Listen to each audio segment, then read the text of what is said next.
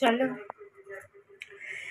এই যে কাকুদের জন্য, কাকু মানে কাকদের জন্য সকালে তো একটুখানি দিলাম, একজনই খেলো, এখন নিশ্চয়ই 4-5 জন আসবে, এই একটু ভাগ ভাগ করে দিয়েছি, যে কজন পাবে পাবে, আমার থেকে একটু দিলাম। বাবারে এক হাতে দেওয়া যাবে না, গেট খুলতে হবে, গেট লাগানো। কাকু খেয়ে উড়ে গেল, যে আরেকজন ওখানে বসে আছে দেখো, খেয়ে সব পালালো। বাবার 1 পিস মাছ গরম করে রাখছি, একটু বেগুন ভাজাও আছে, আর আমার 2টো ডিম আর আলু সিদ্ধ দেবো, আলু চোখা, ডিম সিদ্ধ আর ঘি দিয়ে আমি খেয়ে নেবো। বুনির বাবাকে জিজ্ঞেস করি যদি আলু চোখা খায় তাহলে আরেকটা আলু দিয়ে দেবো। এত চোখ ঘষছি, মুখ ঘুষছি, মুখ ধুচ্ছি, স্টিল 6 ঘন্টা ধরে এখনো নরম চরম কাজল। তো যাই হোক, ভালোই, আমার 135 টাকাটা জলে যায়নি। তো কথা হলো গিয়ে, ফেস ওয়াশটা একদম শেষ হয়ে গেছে। ফেস ওয়াশের মধ্যে একটু জল ঢেলেছি, জল ঢেলে শেক করেছি, শেক করে ফেনা ফেনা যেরকম হয় শেষ প্রান্তে ওই রকম হয়ে আছে, ওই দিয়ে কোনো রকম কাজ চালাচ্ছি।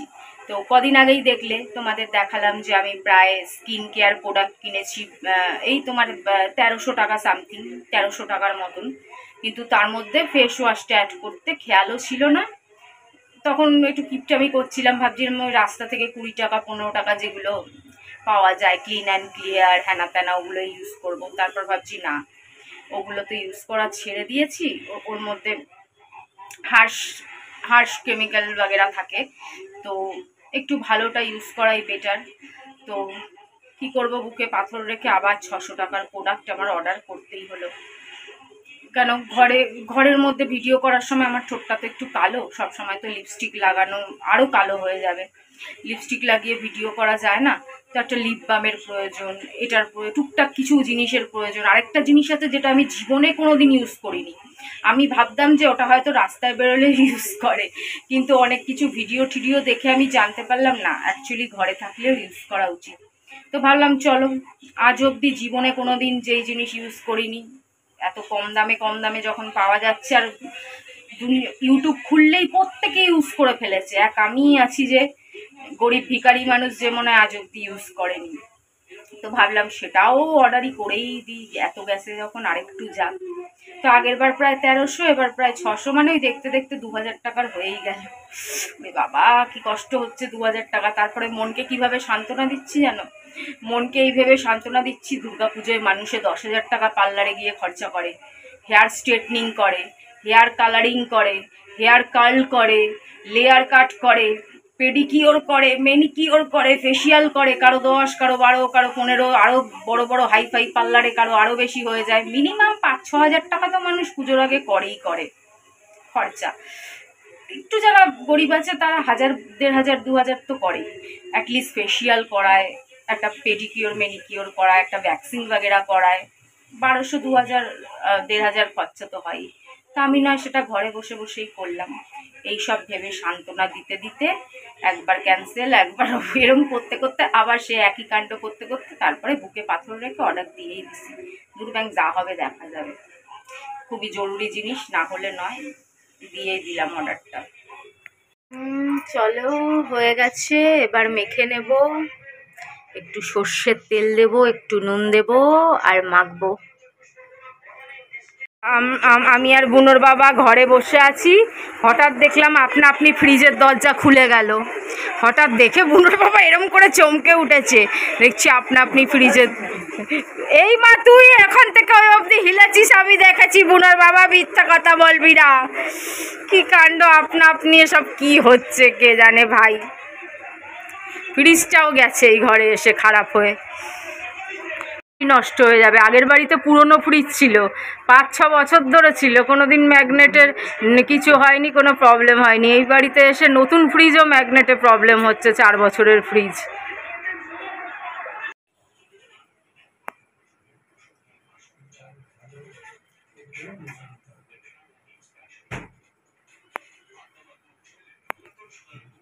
গুড মর্নিং বন্ধুরা, তোমরা বলেছিলে দুঃখ করে কষ্ট করে বলেছিলে যে বুনোকে আর তোমার ব্লগে দেখতে পারবো না। কেন দেখতে পারবে না? বুনোকে না আমরা কোনোদিন ভুলবো, না তোমরা কোনোদিন ভুলবে, না কাউকে কোনোদিন ভুলতে দেব। যে আসুক যে না আসুক, বুনো বুনোর জায়গায় থাকবে, ছিল, আছে, থাকবে।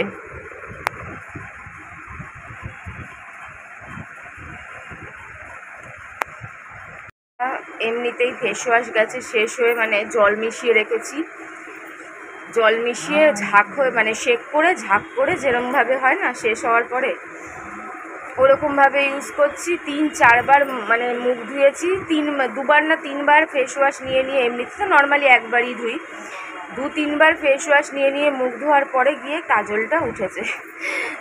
যেটা ওয়াটারপ্রুফ স্মাচ প্রুফ, সেটা একদিকে ভালো, কিন্তু একদিকে ওঠানোর সময় একটু কাসরত করতে হয়। ঘুম থেকে উঠেই বনির কথা শুরু হয়ে গেছে জানো, রোজ আমরা এরকম করি আমি আর বোনের বাবা। ঘুম থেকে উঠেই বনির কথা বলি, আমি ঘুম থেকে উঠে ডাকি বনি, বনতাই। বনি তো প্রচুর নাম ছিল, আমরা ভালোবেসে বনিকে কত নাম দিয়েছিলাম, বেগুনি, বনতাই, গোপাল, গোতাল, ওর বাবা তো কত কিছু বলতো। আর আমি বলতাম তোর কি রোজ একটা করে নাম দিতে হয়, রোজ একটা করে নাম দিতে হয়? ভগবানের মতন 108টা নাম দিবি নাকি তুই? ডাকছি, বনির বাবা আবার বলছে যে বনি যাওয়ার দিনকে বুঝে গেছিলো। মানুষও যেরকম জানো তো, মানুষও মনে হয় বুঝে যায় যেদিন চলে যায়, সেই দিনটা বুঝে যায় যে আজকে হয়তো আমি চলে যাব। বনি বুঝে গেছিলো। বনি এমনিতেই বাবা ভক্ত, এখানে খালি এসে বসে বাবাকে দেখছে, হাঁটতে পারে না। মারা যাওয়ার ঠিক ঘন্টা দেড়েক আগে নিজের 4 হাত পায়ে উঠে এলো, এসে বাবাকে দেখলো। আর তখনই ওর বাবা ওকে কথা দিয়েছিল। বাবা বলছিল বাবুরে তুই আর ভালো হবি না বাবু, তুই আর আশা করিস না যে তুই ভালো হবি। ও মানে প্রত্যেকবার শরীর খারাপ হতো, জানতো ভালো হয়ে যায়, আমরা ওকে ডাক্তার দেখিয়ে চিকিৎসা করে সেবা করে ওকে ভালো করি। ও ভাবছিল যে আবার আমরা ডাক্তার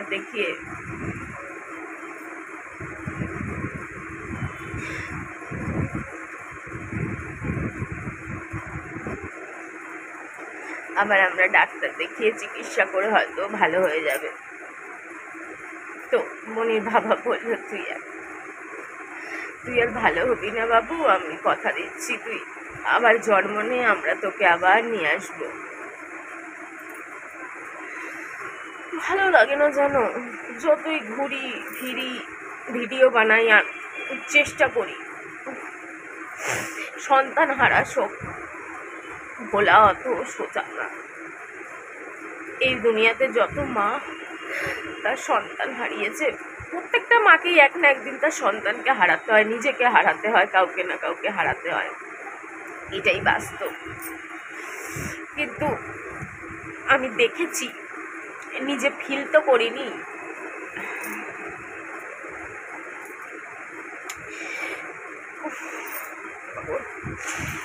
দেখেছি টিভিতে, দেখেছি আত্মীয় স্বজন দেখেছি, নিজের পরিবারে দেখেছি, অন্যদের শুনেছি, আশেপাশে প্রতিবেশীদের দেখেছি, ফিলেই প্রথম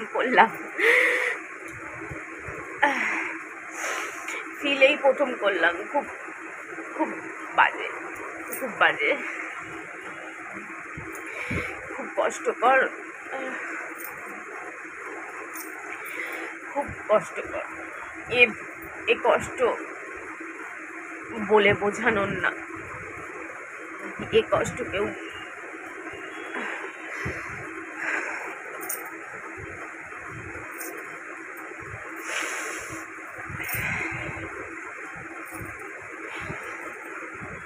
হয়তো এই কষ্ট এমন কষ্ট যে সময়ের সাথে হয়তো অনেকটা একটু কম হবে ঠিকই, কিন্তু পুরোপুরি ভোলা যাবে না, যাওয়ার কথাও না, যাওয়া উচিতও না। আমার এরকম ফিলিংস হচ্ছে, অনেকের এরকম হয়, কিন্তু কিছু কিছু মানুষের সেরকম ফিলিংস হয় না গো। আমি ভাবছি যে হ্যাঁ সবার এরকম ফিলিংস, সব মা বা সব বাবা, কিন্তু সবার এরকম হয় না, বিশ্বাস করো। আমি নাম নিচ্ছি না, তাকে দেখেছি কতগুলো আনলো কতগুলো চলে গেল, তারপরে আমার সাথে দেখা করতে এলো, কত হ্যাপি, ব্যাস তারপরে ভুলে যায় তো ভুলেই যায়। হয়তো তার জন্মদিনও তারা মানায় না, তার জন্মদিনের দিনও তাদের কথা মনে পড়ে না, তারা তাদের ফটোও রাখে না, তারা তাদের ঘাট কাজও করে না, মৎস্যমুখীও করে না, শুধু মুখেই সন্তান বলে। কাজে সন্তান নয়, সব মিথ্যে কথা। এটাই যদি নিজের সন্তানের সাথে হয় তাহলে কি এরকম হয়? তাহলে তো এরকম হয় না। তাহলে মিথ্যে মিথ্যে সন্তান বলার মানেটা কি?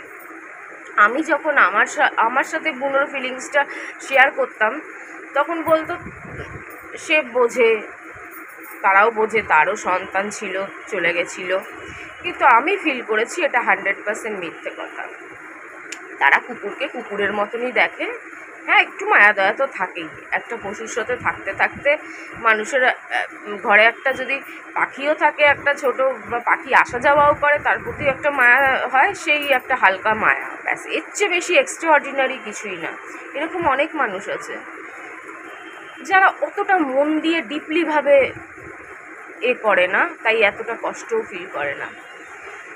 আর যারা ডিপলিভাবে নিজের রক্তের সঙ্গে নিজের একদম পেটের সন্তান ভেবে ফেলে, তাদেরই হচ্ছে বেশি কষ্ট আর এতটা জ্বালা সহ্য করতে হয়। তার জন্য মনে হয় কম ভালোবাসাটাই ভালো। আগে খারাপ ভাবতাম, এখন ভাবছি যারা ওই তোলা করে ওই জাস্ট রাখে বা করে, অতটা অ্যাটাচড হয় না, তারাই মনে হয় ভালো করে। কিন্তু আমি বলছি ঠিকই, কিন্তু আমার পক্ষে তো আর এটা সম্ভব না। আমি একটা বাচ্চা নিয়ে আসবো, তাকে একেবারে নিজের রক্তের মানবো না, একেবারে নিজের আসল বাচ্চার মতন মানবো না, এ তো হয় না ভাই। ওই তোলা ডগিকে ডগি, বিড়ালকে বিড়াল, পাখিকে পাখি ওভাবে আমি ট্রিট করতে পারবো না। আমার কাছে সে নিজের পেটের সন্তানই হবে। চলো, একটা প্রোডাক্ট তো শেষ হয়ে গেছিলো 2-3 দিন আগেই, কিন্তু ইউজ করছিলাম না। তো একটা বার করি, হেয়ার কালারটা তো বার করাই। এটা একটু ছোটো আছে, এটাও বার করি। আর এটা শেষ হয়ে গেছে, এটা বার করি। আর এটাও শেষ হয়ে যাবে, আর একটা দিন হয়তো চলবে। এটা বার করি।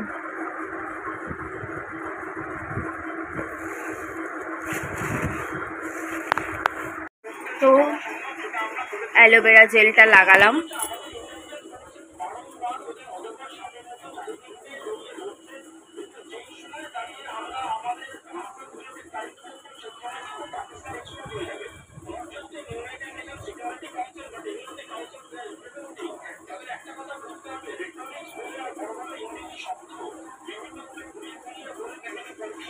মনের বাবা দেখি, আরে ডাকাত সর্দার, বুনোর বাবা ডাকাত সর্দার হয়েছে।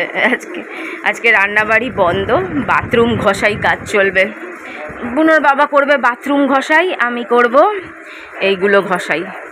সব কাজগুলো নোংরা হয়েছে, কালকে একটু করেছি, করব। তারপরে লোক ডেকে 1000 টাকা চেয়েছে, 1000 টাকা দিয়ে ঘরের ঝুল, রান্নাঘরের ঝুল, ওই ডাইনিং প্লেসের ঝুল, সমস্ত কিছু পরিষ্কার করব। কারণ আমাদের পক্ষে সম্ভব না, মনের অবস্থাও ভালো না, এত কাজ করা যাবে না। অবস্থা ভালো না, অত খাটাও যায় না, প্রচুর নোংরা হয়ে গেছে। ওর জন্য টাকা দিয়ে করানো হবে। আমার বান্ধবীর বাড়িতে তো ওরা ছোটোবেলা থেকে কত কাজ করেই বড় হয়েছে, ঘরের কাজ, কিন্তু তারাও বড় হয়ে একটাও কাজ করতো না।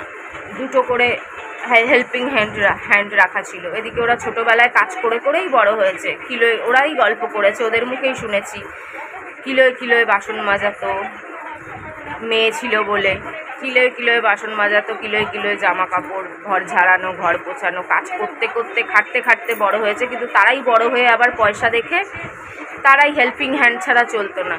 আমি বরঞ্চ ছোটোবেলা থেকে কোনো দিন রান্নাঘরে পা রাখিনি। ঢুকলে বলতে হয় বেরো শিগগিরি, ধোঁয়া লেগে যাবে, চোখে ধোঁয়া লেগে যাবে, অমুক হয়ে যাবে, তমুক হয়ে যাবে। চা খেতে চাইলে বলতো কালো হয়ে যাবে। আর আমরাই বরঞ্চ অনেক খাটনি খেটেছি।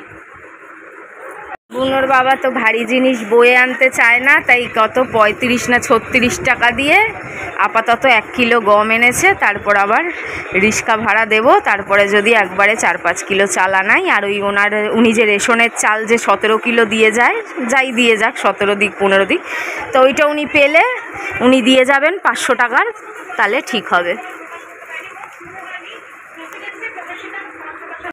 কাজ চলছে, ওর জন্য রান্না নেই। বুনোর বাবার জন্য ডিম সিদ্ধ দিচ্ছি। আর এই যে চাপ, চিকেন চাপ আর বিরিয়ানি, আমাদের এখানে এটাই সস্তার খাবার। পোষায় না গো, গম বেশি লাগে, প্রায় একটুখানি দিয়েছি তাতেই পুরো 1 কিলো গম দিয়ে ফেলছি দেখো।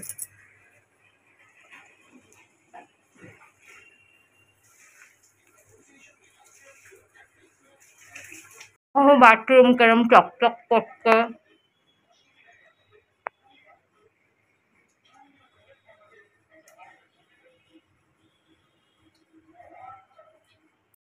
চলো বুনোর বাবার আন্ডা বিরিয়ানি,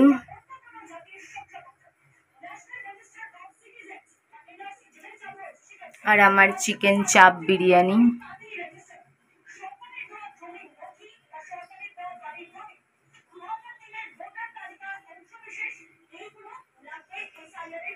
চলো আমার কাকুর জন্য একটু মাংস রেখেছি, কাকুদের জন্য।